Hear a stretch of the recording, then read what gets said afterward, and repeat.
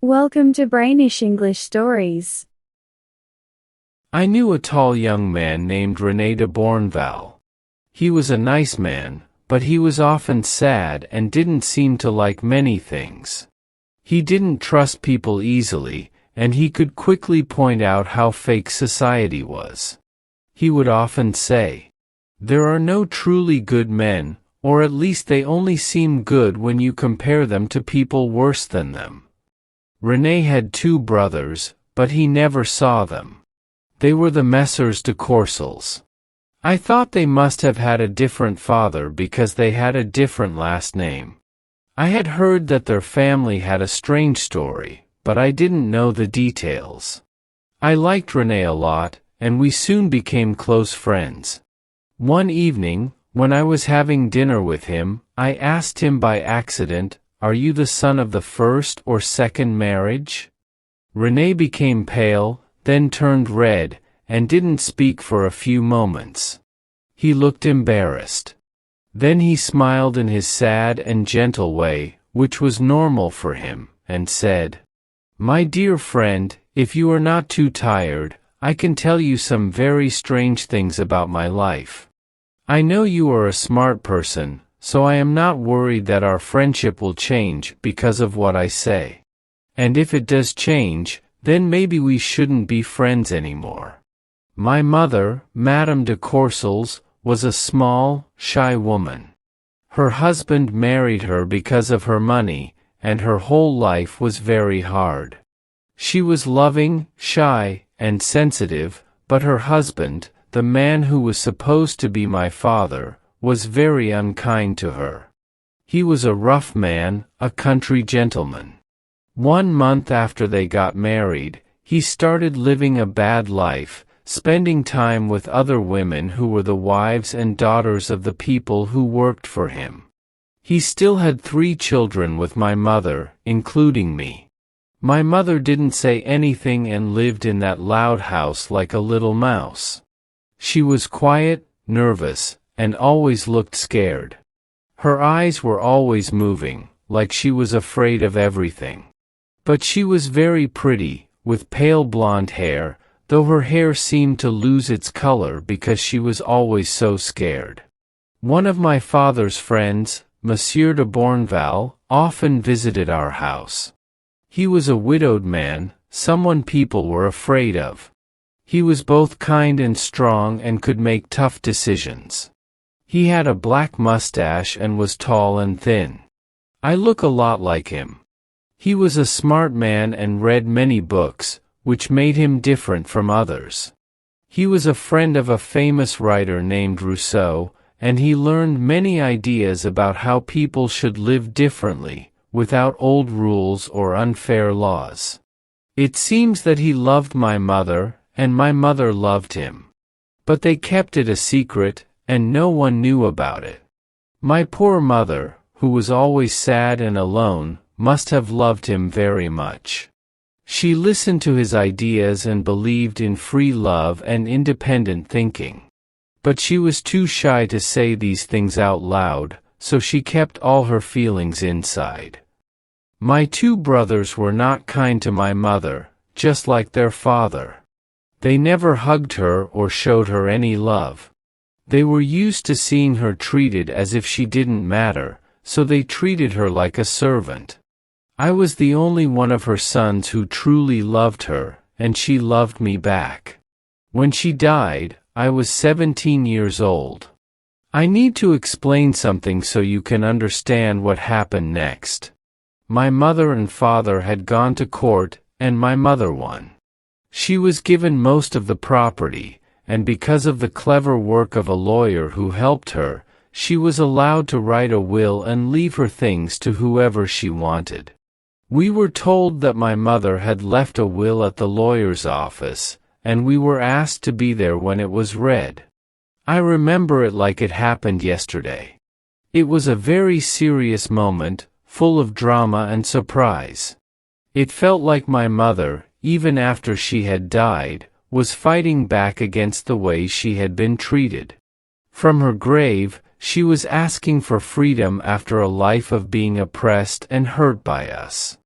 The man who thought he was my father, a big, red-faced man who looked like a butcher, and my brothers, two strong young men aged 20 and 22, sat quietly in their chairs. Monsieur de Bournval, who had also been invited, came in and stood behind me. He looked very pale and was biting his mustache, which had started to turn gray. He seemed to know what was going to happen.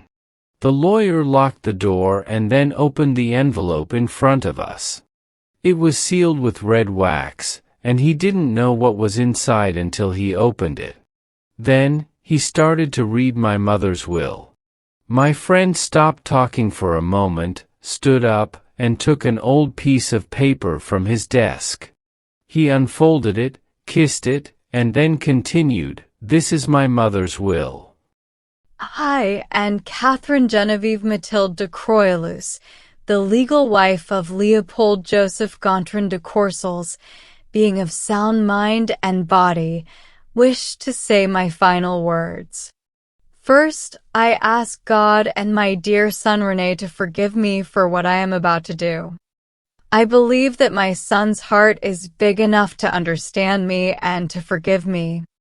I have suffered all my life. I was married because of money, and then I was ignored, misunderstood, hurt, and lied to by my husband. I forgive him, but I owe him nothing. My older sons never loved me, never hugged me, and barely treated me like a mother. But throughout my life, I did my duty as their mother, and now I owe them nothing more after I am gone. Family ties do not mean anything without love and care. A son who doesn't show love to his mother is worse than a stranger. He is guilty because he has no right to ignore his mother. I was always afraid of people, of their unfair laws, their cruel ways, and their unfair beliefs. But before God, I am no longer scared. Now that I am dead, I can throw away the lies and tell the truth. I can say what is in my heart and sign my name to it. I am leaving the part of my money that the law allows me to give to my dear lover, Pierre Germer Simon de Bournval. After he passes away, this money will go to our dear son, René. This gift is written down more clearly in a legal paper made by a lawyer. And I say this in front of God, who hears me. I would have cursed life and my own existence if I had not found the deep, loving, and faithful affection of my lover. If I had not felt his arms around me, I would not have known that God made people to love, help, and comfort each other, and to cry together in sad times.